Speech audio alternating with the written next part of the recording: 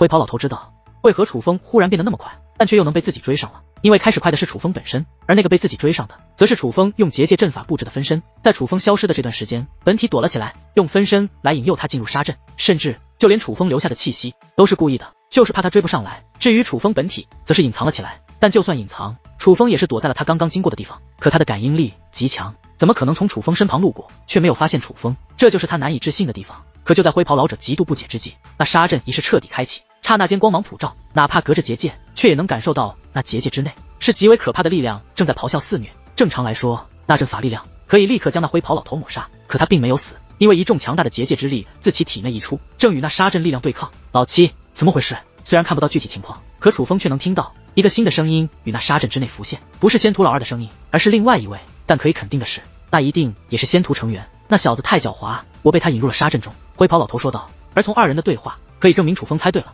这个灰袍老头果然是仙徒的老七。别说话了，你快催动大哥他给你的守护令牌，全力催动守护阵法。杀阵内那另一道声音说道。很快结界消散，杀阵的力量也是停止。楚风，小心点，他应该没死。女王大人说道。我知道，但我会让他死的。楚风觉得刚刚那仙徒老七身上的守护阵法虽保住了他性命，但那守护阵法力量似乎也到了极限，只要他敢继续追，楚风便可以将他引入新的杀阵中，他仍然要死。可突然之间，一道光芒自杀阵之中绽放，光芒速度极快，眨眼间便封锁了这片天地。而当那光芒停止扩散之后，那光芒的边缘处竟化作了结界，封锁结界，极为强大的封锁结界，而楚风已经被困在这里面。该死！见此情形，楚风意识到了不妙，不仅使用了神意，更是使用了隐藏阵法覆盖住了自己。兔崽子，竟敢阴老夫！很快，那仙徒老七的声音响起，他从杀阵之中走出，身上的灰袍已经彻底毁坏，几乎赤着身子走了出来，唯有一个乾坤袋飘在他的身上，跟着他走动着。但哪怕没了衣衫，却仍看不到他的面容，因为他浑身是血，已是近乎毁容。虽然凭借守护阵法躲过一劫，可他却也是身负重创。可也正因如此，他此刻的杀意可比先前可怕多了。但楚风却并不慌，这阵法虽然封锁了天地，可以楚风的手段，他觉得这仙徒老七无法发现自己。可忽然，那仙徒老七一刀劈砍而出，竟准确地锁定了楚风的位置。见状，楚风赶忙运用神形逃开，可很快，仙徒老七又是一刀劈砍而来，又再度锁定了楚风的位置。而楚风躲开这一击的同时，却也注意到那仙徒老七的另一只手握着一个罗盘，那罗盘的指针正随着楚风的移动而移动。原来是那罗盘，楚风终于知道为何仙徒老七能找到他了，应该就是那罗盘。我的身上一定有印记，什么时候留下的？是那仙徒老二的弟子吗？楚风此时认真检查自己的身体，可却根本无法发现印记。但对方能够通过罗盘锁定自己，便一定是自己身上有印记，不然并不合理。看来仙徒还真不容小觑。虽然对方只是仙徒老七，他的修为的确不强，可他拿出的宝物却很不简单。先是那罗盘能追踪到楚风，更是有那封锁住楚风的结界。那结界不是仙徒老七的手段，明显是一件宝物。难怪仙徒老七会说楚风已是砧板上的鱼肉。现在来看，他的确没有吹牛，有这样的宝物在身上，他的确有把握可以对付楚风。只是这封锁结界的至宝应该是一次性使用的至宝，所以他先前舍不得用，才给了楚风将他引入杀阵的机会。此时他也意识到楚风不简单，连自己的守护阵法都被破掉之后，他也是不敢再大意，于是直接动用过来这件结界宝物来困住楚风。以他的修为，本不该有如此至宝，这只能说明他身后有人，且身后之人很强，也证明仙徒很强。楚风思考的同时，仙徒老七并没有停止攻势，依旧根据罗盘指引疯狂攻击着楚风。不仅如此，楚风发现那封锁结界镜也在缩小，这种情况下，楚风逃脱的空间越来越小。若是到了那仙徒老七攻势可以覆盖的范围，那楚风真就只能挨打了。楚风，你能破开那结界吗？女王大人问。我已布阵，试试看吧。楚风说话间便抬手丢出一道阵法。楚风逃脱的时间可没闲着，不仅在思考，也在不破解阵法。但楚风却并没有抱有太多希望，因为他能感觉到这封锁结界不是他能破开的。果然，楚风这破解阵法丢出之后，未能破开这封锁阵法。前辈，您还没恢复吗？眼见自己无法破解，楚风只能呼叫神鹿。楚风，不是本神不帮你，本神真的还未恢复。神鹿立刻回应，只是这个回答却不是楚风所期盼的。无碍前辈，我还不至于死在他的手里，只是用在他身上属实太浪费了。楚风感叹，他知道他不可能死，毕竟他还有父亲的守护阵法在身，只是那样强大的守护阵法被一个区区半神境的逼出来，楚风也很不甘心。但事到如今，似乎已是无路可走。可在楚风束手无策之际，女王大人的声音却忽然响起：楚风，不必束手就擒，本女王还有办法。但有何办法？楚风赶忙问道。若是可以，他也不想动用他父亲留给他的守护阵法，不是不能用，而是用在这个仙徒老七的身上，属实太浪费了。楚风，你躲进那罐子内。他进不去。女王大人说道。躲进那罐子？可是那里面楚风自然知道，躲入那罐子内，这仙徒老七拿自己没办法。可这不仅不是长久之计，那里面的东西也是危险之极。我之前不是说我对那里面的东西有印象，但一时之间想不起来是什么了吗？虽然现在也想不起来那些东西叫什么，但我记起它们的作用了。那些东西蕴藏着不菲的力量，可以供我用来修炼。你躲进去，本女王可以将那些东西全部炼化，保证他们不会伤到你。女王大人说道。淡淡，此事非同小可，你真的可以吗？楚风想确认一下，不因别的，是楚风真的能感受到那些东西的危险性，若是没有绝对把握，他不想淡淡贸然尝试。相信我，现在就进去，我保证将他们全部炼化，不让他们伤你分毫。女王大人说道。那我可进去了。楚风还是有些犹豫。好了，你别犹豫了，快进去，本女王还会骗你不成？女王人催促道。而此时封锁结界仍在不断缩小，继续下去，楚风可以逃脱的空间的确不多。眼见淡淡如此确定，楚风也是拿出那罐子，先是在上面布置一层隐藏结界，之后随后意念一动，便直接进入了罐子之内。进入罐子，那些散发黑色光芒的诡异物体便如同猛兽寻到了猎物，同一时间向楚风扑了过来。但楚风早有准备，在进入这里的第一时间就已经张开了界灵大门。女王大人更是化作一道流光，从界灵大门冲出后便冲向了那些诡异的东西，并且女王大人身上也绽放起诡异的黑色光芒，而那些诡异的东西就像是受到了引导一般，不再攻向楚风，反而纷纷向女王大人飞掠而去。此时女王大人身上的光芒更盛，近似的楚风难以睁开双眼。当那刺眼的光芒消散之际，这方空间也是恢复了安静。楚风睁开眼眸，那些诡异的东西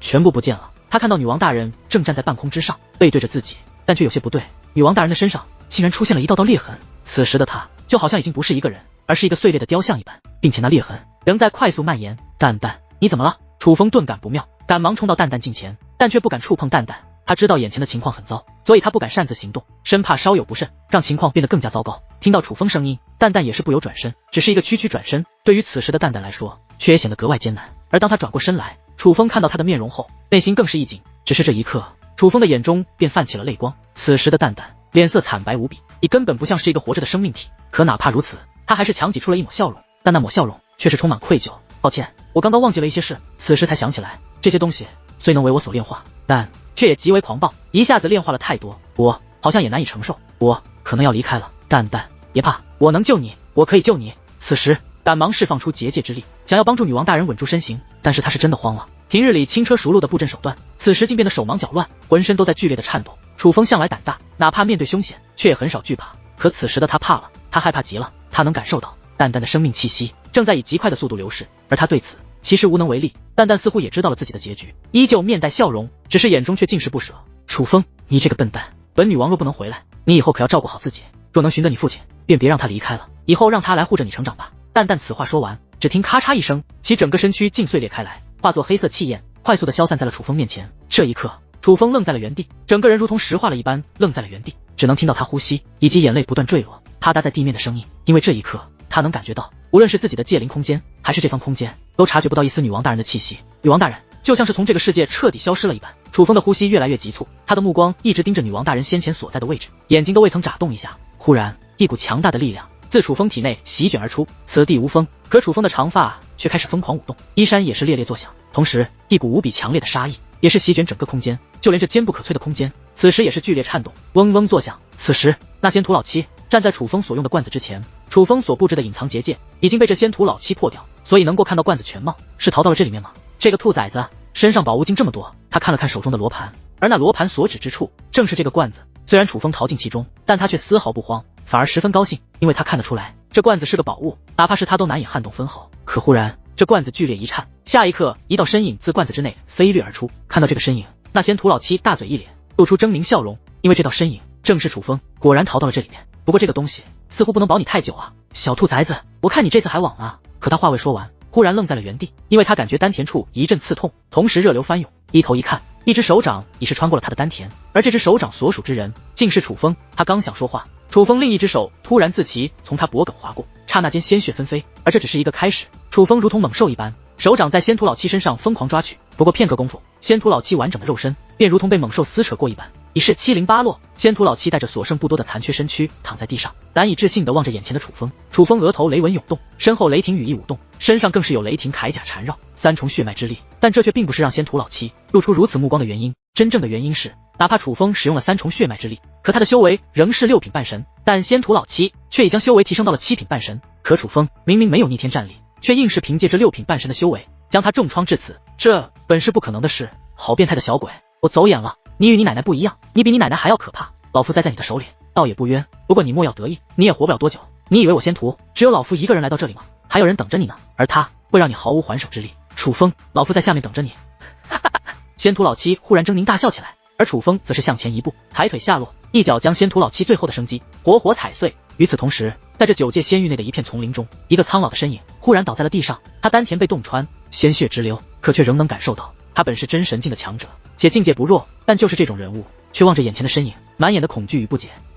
为何如此对我？我仙屠从未与你武者商会为敌，你为何无缘无故对我出手？那老头不解地问道。就算死，他也想死个明白。可那道身影没有说话，而是一道剑光掠过，便夺走了他的性命。楚风站在原地，脚下还踩着那仙屠化作的血水。若是有人看到此刻的楚风，定然会被吓得不轻。倒不是他长得有多恐怖，而是此时他身上所散发的杀意十分骇人。楚风这样站了好久，身上的杀意都没有消散，可直到一声碎裂之音响起，楚风便猛然惊醒，因为那碎裂之音来自罐子，那坚不可摧的罐子上面竟浮现了裂痕。眼见罐子即将碎裂，楚风便想进入其中，可却发现他进不去了，这罐子内的阵法已经失效，楚风根本无法进去。不要！楚风赶忙释放出结界之力，想要将那罐子加固，避免其碎裂，可无济于事，罐子上的裂痕越来越多，最后咔嚓一声彻底粉碎，且粉碎之后化作一缕气焰飘散而去，连一点残渣都没有留下，就像从来没有出现过一般。见到这一幕，楚风第一反应是心如死灰，如临末日。尽管早就感受不到淡淡的气息了，可他还心存幻想，觉得只要那罐子在，也许还有机会。可现在罐子也碎裂了，那他……然而下一刻，楚风那生无可恋的眼中浮现出一抹光芒，他不敢怠慢，赶忙布置出结界阵法。结界阵法释放出吸力，最终凝聚成一个球体。楚风手握球体，激动的双手都在颤抖。那球体内浮现出了淡淡的气息，虽然很微弱，但的确是淡淡的气息。这气息是那罐子碎裂之后浮现的，这也是为何楚风立刻布阵，就是生怕这气息消失。收集好这气息之后，楚风又布置出了一座阵法，封锁了这方天地，且动用天眼认真观察，想看看是否还有遗留的气息没有收集。其实以他的感应力，不可能有遗留，只是他不放心，不敢大意，因为他不能大意，稍有不慎，可能就错过了拯救淡淡的机会。但事实就是没有遗留，所有气息都已经被楚风收了起来，并且那气息开始趋于稳定。楚风甚至在里面感受到了淡淡生命的气息，淡淡还未死，他还活着，只是此时的他乃在生死边缘。于是楚风赶忙拿出自己身上所有可以增强生命气息的宝物，不计代价地布置了一座融合阵法，将所有宝物融合到那封存着淡淡生命气息的球体之内，甚至将价值连城的生命水晶也全部用掉了。虽然没有直接将淡淡唤醒，尽管还看不到淡淡的身躯，但至少那阵法内淡淡的生命气息已经稳定了很多。淡淡，你放心，我一定可以救你。楚风以很是温柔的语气说完这番话后，便将这封存淡淡生命气息的球体阵法放入了界灵空间之内。他知道在界灵空间内对淡淡更有利。身为金龙神袍，楚风早就不是当年的小白了，他知道淡淡还有救，只是他身上的宝物不够。至于生命水晶，虽然的确是极佳的疗伤之物，甚至可以说是无价之宝，可对于此时的淡淡却并不对症。为何明知不对症还要用？是因为也会起到效果，只不过因为不对症，所以这效果很差。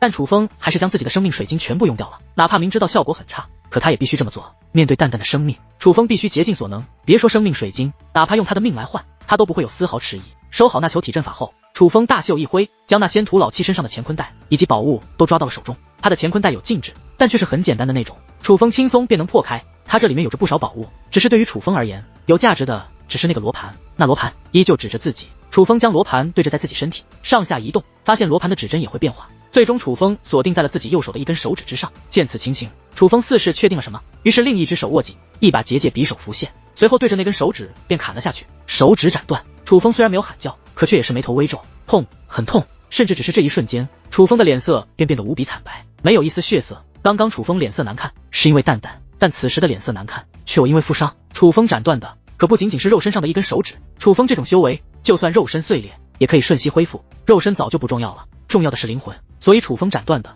也是灵魂上的手指。灵魂可以恢复，但需要时间。此时楚风只是意念一动，那断指之处便恢复了，但只是肉身上的恢复，灵魂的恢复还需要时间，所以楚风脸色依旧苍白。楚风先是吞服了2颗加快灵魂恢复的丹药，随后捡起了那根断指，将断指移动，那罗盘的指针也会随之移动。果然是那个家伙。楚风已经确定自己的身上被留下了印记，所以仙屠老七才能找到自己，印记就在这根断指之上。至于是何时留下，自然是斩杀那仙屠老二弟子的时候。那仙屠老二的弟子身上不只有守护阵法，还有这种印记阵法，只是楚风没想到这印记如此厉害，哪怕是他都毫无察觉。猛然间，楚风手掌握紧，将那断指捏成了粉碎，随后再拿起那罗盘，那罗盘终于没了反应，虽然仍没有发现那印记，但那印记已经被楚风毁了。看来仙屠老七的身上没有这种印记阵法，之所以这样说，是因为罗盘已经没了反应，说明自己身上之前只有一个印记。楚风仔细观察了一下，也不知道这个罗盘还有何用处，但还是将它收了起来。随后楚风又将雷纹、雷霆铠甲以及雷霆羽翼施展而出。现在淡淡虽然生命气息微弱，但却趋于稳定，且楚风也知道拯救淡淡的方法。此时的他那悬着的心也是落下了不少。所以也终于有心思来确定自己身上发生的事了。此刻，楚风握了握拳，自己也面露惊讶，因为他能感觉到自己这6品半神的修为，拥有堪比7品半神的战力，这便是刚刚为何能够杀死仙土老七的原因。但这像是逆天战力，却又不像是逆天战力。说像，是因为这的确是逆战一品，让楚风以6品半神的修为获得了堪比7品半神的力量。说不像是逆天战力也能感应得到，可楚风这个战力却完全感应不到。无论是和修为的人来看，楚风也都是6品半神，战力也是6品半神，可实际上楚风的战力却已然超脱了6品半神。是专精之道的力量吗？楚风无法确定自己这力量源自何处，但他能够确定的是刚刚那种怒火与悲伤交织的复杂情绪激发出了这份力量，也可以说是让自己有了这新的突破。而相比于提升修为，这次突破无疑更加难得。楚风很快解除了这种状态，使自己战力恢复到了正常水平。之所以解除，是楚风发现那超乎寻常的战力有2个弱点。第一，因打破了境界限制的屏障，所以楚风战力得到下滑。楚风将修为提升到6品半神后，只是6品半神这个境界，楚风的战力几乎少有人敌。但将战力提升到可以与7品半神匹敌的状态下，楚风只是堪比7品半神，虽然战力也不弱，但远不如6品半神时那么强大。面对老一辈还好说，同辈能将修为提升至此的，没有一个是弱者。楚风的战力优势将丧失，但重要的是第2点，战力提升后，楚风自己都能感觉到自己变得极其冷酷无情，甚至有些嗜血。这种状态可能会做出超出理智范畴之事。此时楚风心情较为沉重，但却也知道想救蛋蛋急也没用，他还需要提升自己。于是楚风并未急着离开，而是继续观察这片山峰群，且继续前行。终于，楚风绕开了所有沙阵，来到了山峰深处。此地有着一座不是很高的大山，大山顶端有着一座湖泊，那湖泊之内乃是仙江之水。之前仙江世界内的仙江之水虽然依旧在，但力量都被楚风和张英雄炼化吞噬了，但这里的仙江之水还是完整的。楚风直接钻入其中，运用张英雄教他的功法，很快便将这仙江之水内的仙江之力炼化吞噬，甚至原本灵魂受损的部分都因为新的仙江之力融入体内，直接修复了。看来这山峰世界内的好处也是仙江之水。楚风离开这片山脉，寻找新的运有好处的地方。很快，楚风又寻得一个地方，却顺利进入。如楚风所料，最终所得也是仙江之水。虽然所得与仙江世界内那如海水一般无边无际的仙江之水根本无法比拟，但至少也是能够对楚风肉身与灵魂的淬炼得到一定帮助的。接下来的时间，楚风接连寻找可开拓之地，也都无一例外获得收获。直到一股传送之力覆盖住楚风，当楚风摆脱传送之力时，已是被传送到了9界仙域之外。不仅是他，此时能够看到无数身影正在快速的浮现，都是进入了9界仙域之人，但此时都被传送了出来。传送太突然，所以人们都有些发懵。但很快人们发现9界仙域开始变化，先是化作气焰，随后又凝聚成几行大字，飘于虚空之上，内容如下：9界仙域由仙江之水构成，为造福世人而建，也为培养绝对天才而建。若再培养一位绝对天才，与培养众多后辈之间二选其一，9界仙域则选天才。因此，当有人能让8门揭开之时，9界仙域将开放隐藏世界，隐藏世界内集9成之多的仙江之水。此次不仅有人开启8门，还踏入隐藏世界。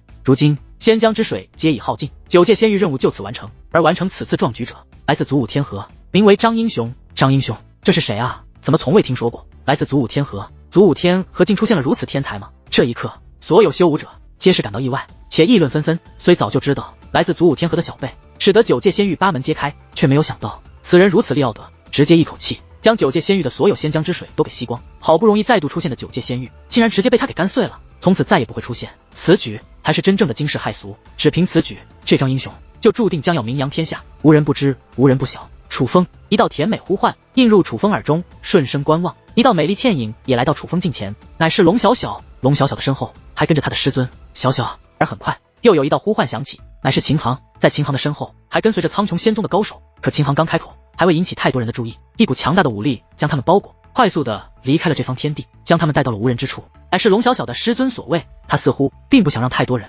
注意到他们的存在。楚风，收获如何？秦航主动与楚风打起招呼，他咧个大嘴，那叫一个热情。这一幕使得龙小小师尊与苍穹仙宗的众人十分意外，在他们看来，秦航喜欢龙小小，应该很敌视楚风才对，就算不表现出来，可也不至于如此热情。毕竟来这里之前，秦航还对楚风进行过斥责呢。收获还行，你呢？楚风问。我的收获那可是相当不错。秦航拍着胸脯得意的说道。但旋即又问道，对了，张英雄是谁啊？你听说过吗？没有。楚风摇了摇头，他还不想暴露张英雄的身份。小小师妹，你知道吗？秦航又问向龙小小。我也从未听闻过。龙小小摇了摇头，相比于楚风知道不说，龙小小是真的不知道。虽然他见过张英雄，还交过手，但他并不知道那个人的名字，自然不会将他与张英雄联想到一起。前辈，您对7界圣府了解吗？楚风对龙小小师尊问道。了解一些，但也只是表面的东西。楚风小友有什么想知道的吗？龙小小师尊问。七界圣府应该有着戒灵之术方面的诸多宝物，我听闻七界圣府还有圣级宝物，这圣级宝物中都是强化结界之术的吗？有没有对戒灵有好处的？比如可以增强戒灵肉身与灵魂强度的宝物？楚风问道。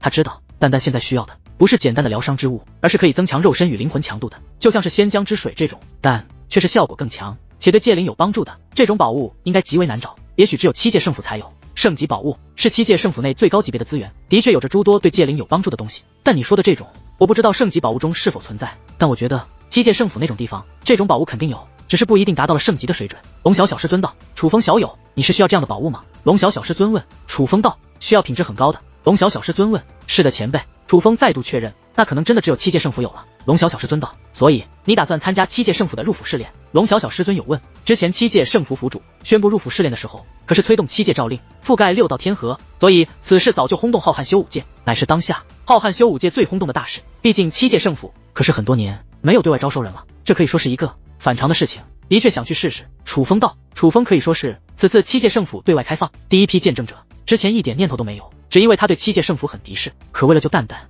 他什么都愿意做，所以七界圣府就是楚风接下来要去的地方。师尊，我也想去。忽然龙小小说道。你的结界之术那么弱，去凑什么热闹？龙小小师尊笑道。其实他知道龙小小的打算，就是想跟着楚风，我想去见识一下嘛，毕竟这么难得的场面。龙小小拖住其师尊的胳膊，撒娇的晃动着，真是拿你没办法，那为师陪你同去。龙小小师尊说道。那可真是太好了。龙小小更高兴了，他师尊可不弱，有他师尊陪同，他们的安全更是会得到保障。那我也去。秦航说道。可他刚说完，便立刻有一位长老道。少爷，宗主大人让您快些回去呢，反正不差这么一些时间。秦航说道。少爷，这次真不行。那长老将一封密函递给了秦航，秦航手握密函，密函的内容便映入脑海，顿时眉头紧皱，不再言语。但随后秦航将手摸向乾坤袋，将一个令牌递给了楚风。楚风，等你忙完可以来我苍穹仙宗做客。看到那令牌，所有人都是感到意外，尤其是苍穹仙宗的人，那是邀请令，并且是品阶极高的，这种分量的邀请令，哪怕苍穹仙宗的少爷小姐之中也没几个人拥有，秦航便是其中之一。但是他在此之前也只对一个人赠予过这样的邀请令，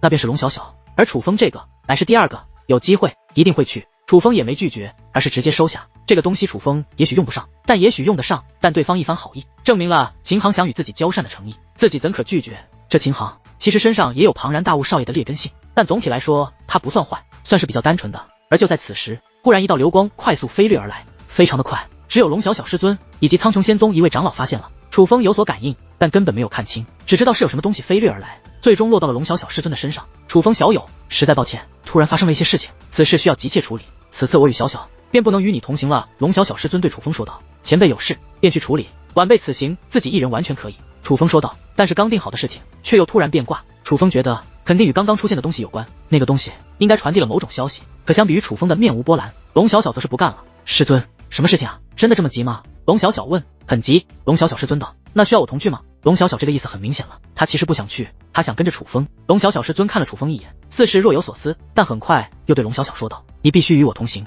小小，去吧，听你师尊的话。见状，楚风劝道。好吧。龙小小嘟着小嘴有些委屈，但其实他很听师尊的话，他师尊对他帮助极大，就算楚风不劝，他也会听从师尊的话。楚风小友，祝你此行顺利，也等你名扬天下的好消息。龙小小师尊对楚风说道。七界圣府的入府试炼乃是当下最轰动的事情，只要有人能够获得好的成绩，必然会名扬天下，而他觉得楚风是有这个机会的。借前辈吉言。楚风道。楚风，你可一定要成功，若是你成功了，那我就可以回去拿你的事情吹牛了，看谁还敢说我秦航不会交朋友。秦航也说道。楚风露出了淡淡的笑容，很僵硬，因为淡淡的事情，楚风心情十分沉重，是真的开心不起来。楚风要小心。龙小小嘱咐道，他语气轻柔，满眼不舍。你也多保重，修炼之时可不能掉以轻心，免得被我甩开。楚风说道。听楚风这样说，龙小小委屈的脸上才绽放起笑容。放心吧，我才不会被你甩开，我现在也是天才，人就是这样，唯有心爱之人最能影响自己的情绪，哪怕自己心情沉重，可对方简单的一句话就能逗得自己喜笑颜开，毋庸置疑。对龙小小而言，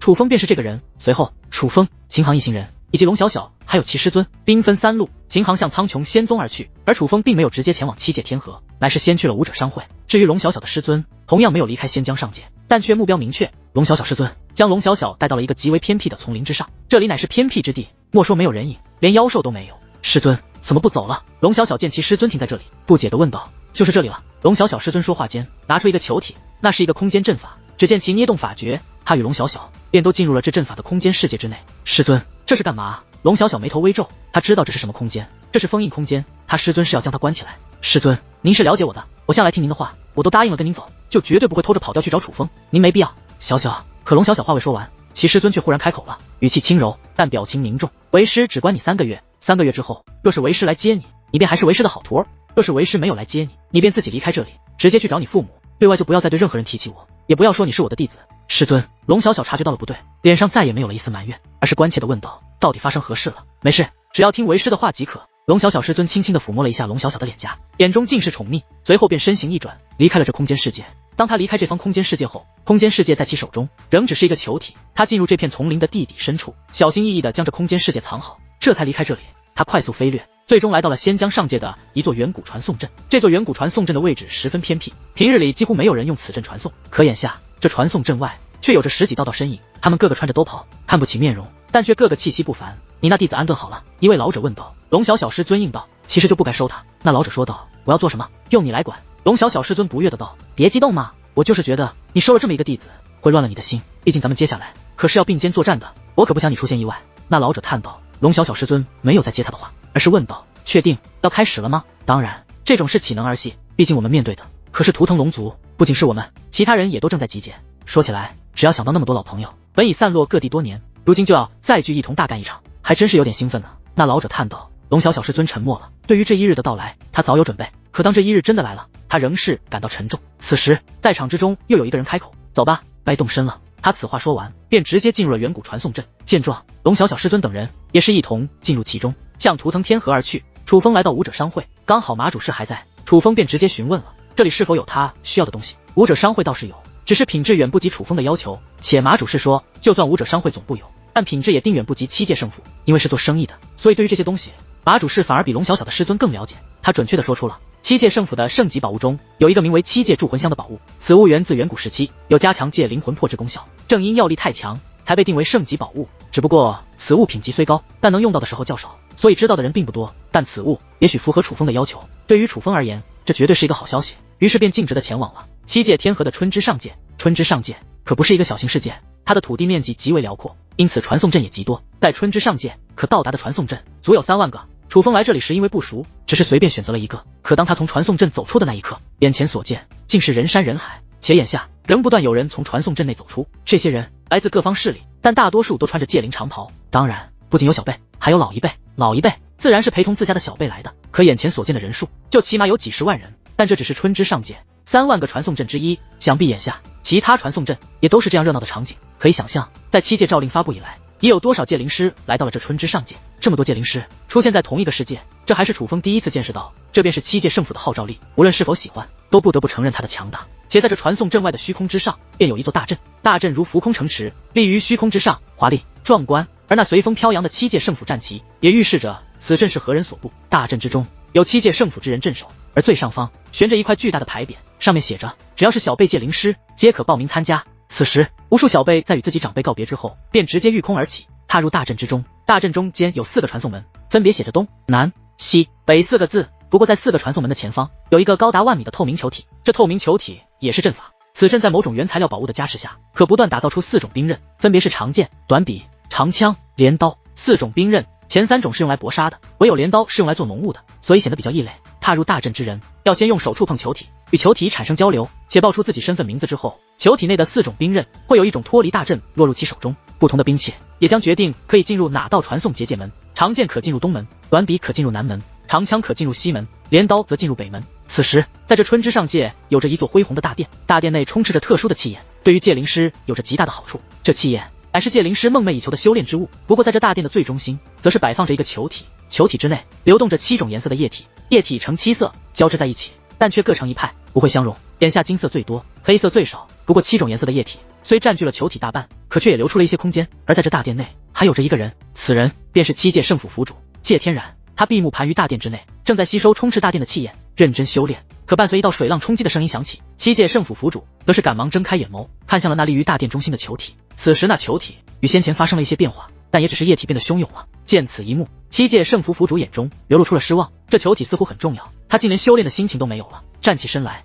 负手望向远方，难道这是天意，要我7界圣府继续保守这个秘密？此球乃是他进入神之时代所得，在神之时代，他得到了提示，他必须宣布2件轰动浩瀚修武界的大事。第一件大事便是使用7界诏令招优秀小辈入府，但第2件大事能不能宣布，却还要看第一件事顺不顺利。这球体便是指示，唯有球内之水灌满球体，这第2件大事他才可以做。而根据神之时代的提示，当2件大事完成之后，他7界圣府将迎来前所未有的荣光。可7界诏令宣布也有一些时日，再过10几日便要正式开始，可这球体始终未满，这让他有些担忧。若是第2件事无法做的话，那么第1件事就算完成了，其实也没有意义。当然，他最担心的就是不是这2件事本身，他担心的乃是这个提示是来自神之时代，所以他害怕，若是他不能按照提示完成2件事，真的会使得他7界圣府错失这个机会。虽然这是玄学的东西，可哪怕是他这种人物也很害怕。可就在此时，球体方向再度传来激烈的水花声，他回头观望，顿时目露兴奋之色，因为此刻那球体之内出现了大量的黑色液体，很快便充斥了整个球体。修罗灵界，是修罗灵界的界灵师吗？见到这一幕，7界圣府府主顿时大喜，他转身走到殿门前，一把将殿门推开。殿门刚刚推开，便有震耳欲聋的声音响彻殿外，拜见府主大人。原来殿外有着10万名界灵师，整齐的跪在地上，并且已是等候多日。去查刚刚踏入试炼世界，但凡是修罗界灵师的小辈，将他们的名字身份给我带过来。7界圣府府主高声说道：“遵命。”下一刻，10万名界灵师同时御空而起，向4面8方飞掠而去。第2件事也可以宣布了，我7界圣府的荣光即将到来。神之时代果然是为我7界圣府开启的时代。此刻7界圣府府主的脸上有着难以掩饰的激动之情。与此同时，楚风站在大阵之上，站在写着北字的结界门之前，他望着手中的镰刀，若有所思。这是他刚刚触碰球体，报了身份之后，球体给他的兵刃，手持镰刀。楚风只能进入写着北字的结界门。楚风擅长用剑，本以为会得到长剑，但最终却得到了这把用来做浓雾的镰刀。楚风忍不住去想，这镰刀究竟预示着什么意思？楚风穿过结界门，来到了一座广场之上。广场极为辽阔，但以人满为患，那些人几乎人手一个卷轴，正在认真阅读。且眼下身后的结界门仍源源不断的有人走出，落入广场之中。这些人无一例外皆是小辈界灵师，且手中都握镰刀一把。这广场位于山峰之上，山峰极高，来到广场边缘，亦或御空而起，下方景色尽可映入眼帘。稻田，楚风发现山峰四周皆是稻田，稻田一望无际，但以10亩为面积，被分成了无数块，每一块的中间都有一个房屋，房屋上有一个牌匾，距离山峰最近的房屋牌匾都有了名字，不过远处还有许多牌匾仍是空缺的。忽然一道卷轴飞向楚风，在楚风身前停下，那卷轴正是广场之上人手一个的卷轴。楚风打开卷轴，也知道了这镰刀的意义。每个人都可以选择一块稻田地，每日将熟了的稻子割下，然后上交，可以得到修炼的界珠，且上交的稻子品质越好，得到的界珠便越多，并且在13日后会公布榜单，排名第1者可以得到天级界珠1颗，而在7界圣府的天级，那可是仅次于圣级的宝物，并且在13日之后，入府试炼也将正式开始。楚风收起卷轴，御空而起，快速的向远处飞掠而去。以楚风的速度，很快下方便出现了没人占据的房屋与稻田，但楚风依旧没有停留。楚风想寻一个安静的地方，所以他又飞掠了许久，直到下方一眼望去，竟是无人占据的房屋与稻田地之后，楚风才飞落而下。他随便选择了一块稻田地，且直接手持镰刀，将自己的名字刻在了房屋的牌子之上。但楚风并没有如其他人一样直接开始收割田中的稻子，而是认真观察起镰刀。楚风早就观察过，稻田上的稻子是一样的，但为何会有品质高低之分？其中必有缘由。经过观察，楚风发现这镰刀蕴藏着阵法之力，随后手持镰刀，随便割下了一颗稻子，认真观察稻子，稻子内并没有蕴藏阵法，可稻子上的纹路却也是与阵法有着相同之处。当然，这并不容易看出来，正常人也不会联想得到。楚风觉得稻子不能随便割，是需要方法的，而这个方法符合，就是需要结合稻子上的纹路以及这镰刀上的阵法才行，结合的越完美，那稻子的品质也就越高。楚风这一开始琢磨，时间也便过得快了许多，很快便过去了2个时辰。楚风来时已日落，此时已深夜，而就在这时，一道身影飞掠而来，那是长得白白胖胖的男子，他与楚风一样，也没有穿界灵长袍，但却穿着一身黑袍。看到楚风之后，他竟直接飞落而下，也没有与楚风打招呼，而是直接在楚风旁边的房屋上留下了陈辉2字。那么多地方，非要选这里？楚风问。我说兄台，选择哪里？这应该是俺的自由吧？那陈辉说话的时候笑盈盈的，可实际上语气却也十分强硬。可关键他说的很有道理，这的确是他的自由和权利。楚风现在心情不好，的确想寻个清静，所以才选了这里。但陈辉说的也对，这的确是他的自由，所以楚风也不再多言，而是任由他待在这里。陈辉手握镰刀，随后手指一弹，镰刀飞舞。不过顷刻之间，他那块田地上的所有稻子便尽数被其割下。虽然没有故意展现，但他施展的是结界之力，而并非武力，所以楚风还是发现这个陈辉实力竟然不弱。白龙神袍与楚风自然无法比，但放眼小辈，绝对已是顶尖。他若是前往东域，那是可以横着走的天才，可镇压东域所有小辈。那陈辉收完稻子之后，便进入自己的屋子进行休息，因为屋子自带隔绝结界，楚风也看不到陈辉在做什么。当然楚风其实也不关心他做什么，至于陈辉，其实他也不关心楚风做什么。他进入房屋之后，直到次日清晨才出门。此时他那昨天已经收割掉的稻子又重新长了出来。他看向楚风，发现楚风还坐在原地，且注视着田地上的稻子。而在楚风的稻田地上，并没有已经收割好的稻子。俺说兄台，你不会昨天没有收割吧？那俺可要提醒你，这稻子每日都会长新的出来，你若不割，可等于浪费。陈辉说道。楚风没有理会他，而是站起身来，活动起筋骨。至于陈辉，则是按照昨天的样子，直接大袖一挥，隔空御物，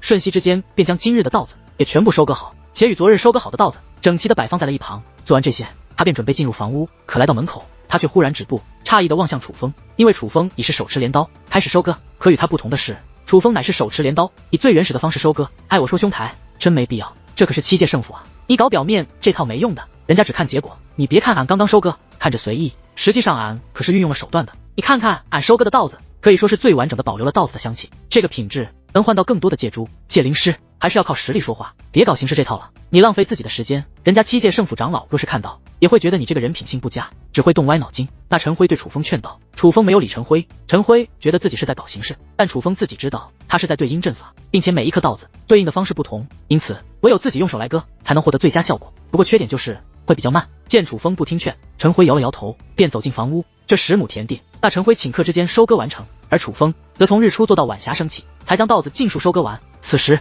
陈辉从房屋内走了出来，看着楚风还收割完栋稻子，又看了看天色，他则意味深长地笑了。兄台，你该再拖一会，据俺所知过一会长老就要来收稻子了，你辛苦了一天，长老却没见到，不是白受累了？楚风没有理他，而是直接坐下。经过一天的劳作，楚风觉得他还是缺少一些东西，应该再完善一些，并且楚风发现这种思考让他对结界之术也有了新的认知，这种认知继续堆叠，突破新的境界，那也是迟早的事。那陈辉见楚风没理他，却也没有闭嘴，而是继续说道。不过长老没看到也好，因为据俺所知，7届胜负的长老真的不喜欢形式这一套。没过多久，果然有2道身影飞掠而来，但那不是长老，而是分明与楚风和陈辉一样，是来这里参加试炼的小辈界灵师。他们2人身上都穿着界灵长袍，所以他们的结界之术从界灵长袍上纹路已有显现。瘦的乃是龙变7重，壮的乃是龙变8重。楚风、陈辉，什么破名字？龙变8重的男子轻蔑地瞥了一眼楚风2人的名字，旋即看向陈辉，对其伸手。胖子，啥意思？陈辉不解，啥意思？保护费，交1颗界珠以后，小爷保你。龙变8重男子说道。靠，敲诈俺！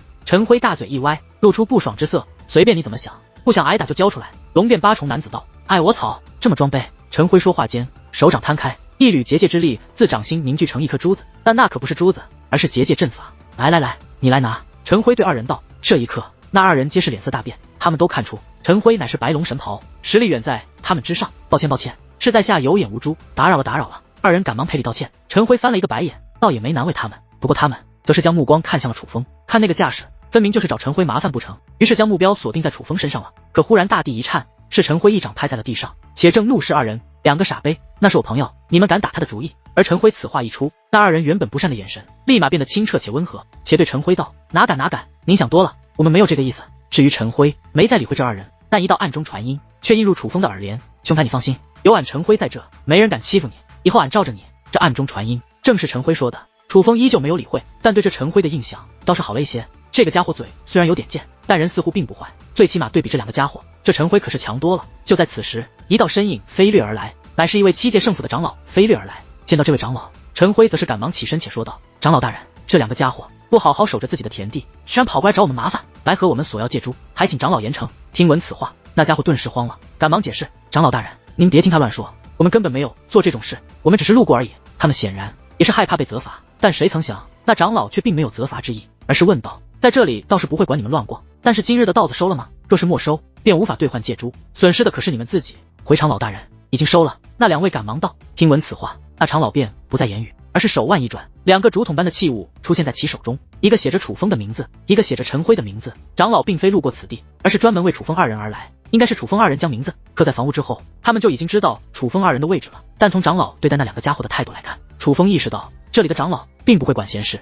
也就是说收保护费、强取豪夺这种事，在这里乃是合理的。而眼见长老没有责罚他们2人，那2个家伙倒也是硬气起来，干脆不走了，因为他们觉得反正有长老在这里，楚风与陈辉也不敢对他们如何，但却可以借此来气一气楚风与陈辉，挽回一下刚才丢失的面子。长老您的意思，我也可以没事闲逛，去收别人的保护费了？陈辉问道，语气并不好。长老淡淡一笑，旋即说道，那是你的自由。且此话说完，那长老便将写着陈辉的器物对准陈辉收割好的稻子，刹那间那些稻子皆是御空而起，落入竹筒之内。与此同时，竹筒上的符咒光芒闪烁，从竹筒的另一端便有3颗蕴藏结界之力的珠子落下，那正是界珠。陈辉3颗。长老将3颗界珠丢向陈辉，陈辉虽接过界珠，但却连道谢都没有，显然是对这个长老不不处置那2个人的事儿有怨念，但那2个人却是眼前一亮。从他们的眼神可以看出，陈辉这3颗借珠似乎是不简单的。紧接着，那长老又将那写着楚风名字的器物对准楚风所割下的稻子，稻子从一端进入后，自另外一端便开始有珠子飞掠而出。啥情况？我没看错吧？这一刻，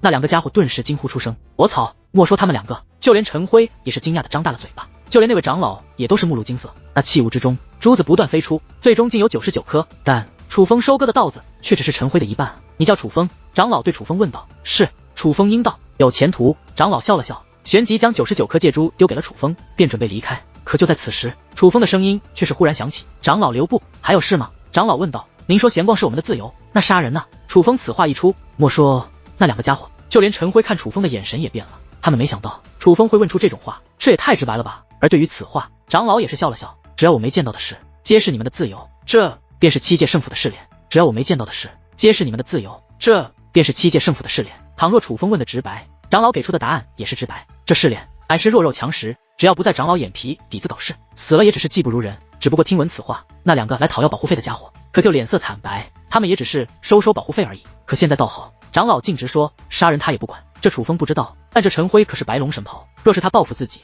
那他们岂不是小命不保？还有事吗？长老对楚风问。没了。楚风道。长老淡淡一笑，旋即便御空而起离开了。见状，那2个家伙也是赶忙跟着长老一同离开。毕竟刚刚挑衅的姿态已经得罪了陈辉，所以他们害怕长老走后陈辉收拾他们。至于陈辉，则并没有难为那2个家伙的意思，而是对楚风意味深长的笑了。有本事啊兄台，倒是俺陈辉眼拙了。失敬失敬。他只是夸赞了一句，什么都没问，而是扑通一声坐在地上，捡起自己的镰刀，认真的观察起来。他意识到楚风的稻子能换取那么多，必然与楚风之前的观察有关。很快又过去了1日时间，但是在长老即将来收稻子的时候，却有不少人凑了过来。显然昨日的事情已经传了出去，大家都想要亲眼看一看这传闻是不是真的。而当长老到来之前，楚风周围已是聚集了几百人。因为陈辉观察镰刀太过认真，今日的稻子根本不没收，所以长老直接收取了楚风的稻子。而这一次楚风的稻子兑换了100颗借珠，不仅传闻是真的，居然比传闻还多了1颗。众人议论纷纷，同时皆是重新打量起楚风。尤其在场的女子，那看楚风的眼神都变了，不知为啥，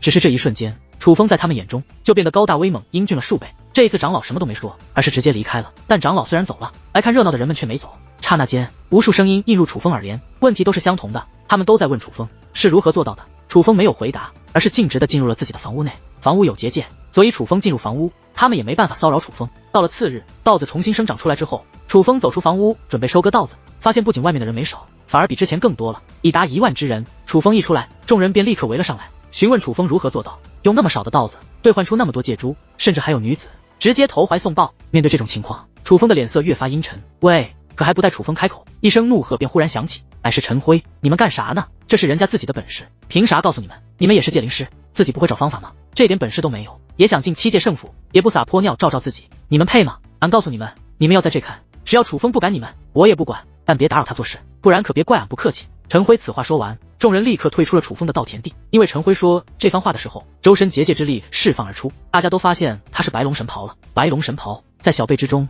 那也是顶尖天才，虽然他们也都是一方天才，但面对这种级别的，他们可不敢惹。虽然有陈辉在，大家不敢再招惹楚风，可随着消息扩散，聚集于此的人越来越多。当长老再一次来到的时候，楚风这稻田地周围已是人满为患，天上的上都是人影，足足几万人。而这一次，楚风稻子兑换出了101颗借珠，比昨天又多了。他好像还在进步，他到底怎么做到的？众人议论纷纷的同时，那长老也满意的笑了笑，旋即便离开了此地。而长老刚离开，便3名男子飞掠而来，直接落入了楚风的稻田地上。他们3人长得很像，为首的穿白袍，后面的2位分别穿绿袍和红袍，虽然都没有穿界灵长袍，但看得出来也是来参加试炼的。快看快看，又有不知死活的，他们还不知道那个叫陈辉的是白龙神袍呢吧？有那个陈辉在，他们找这个楚风的麻烦，那不就是嘿嘿，有好戏看了。眼见着这3人来者不善，昨日便已经来过来这里的人们，一个个的露出了幸灾乐祸的笑容。你离开这里！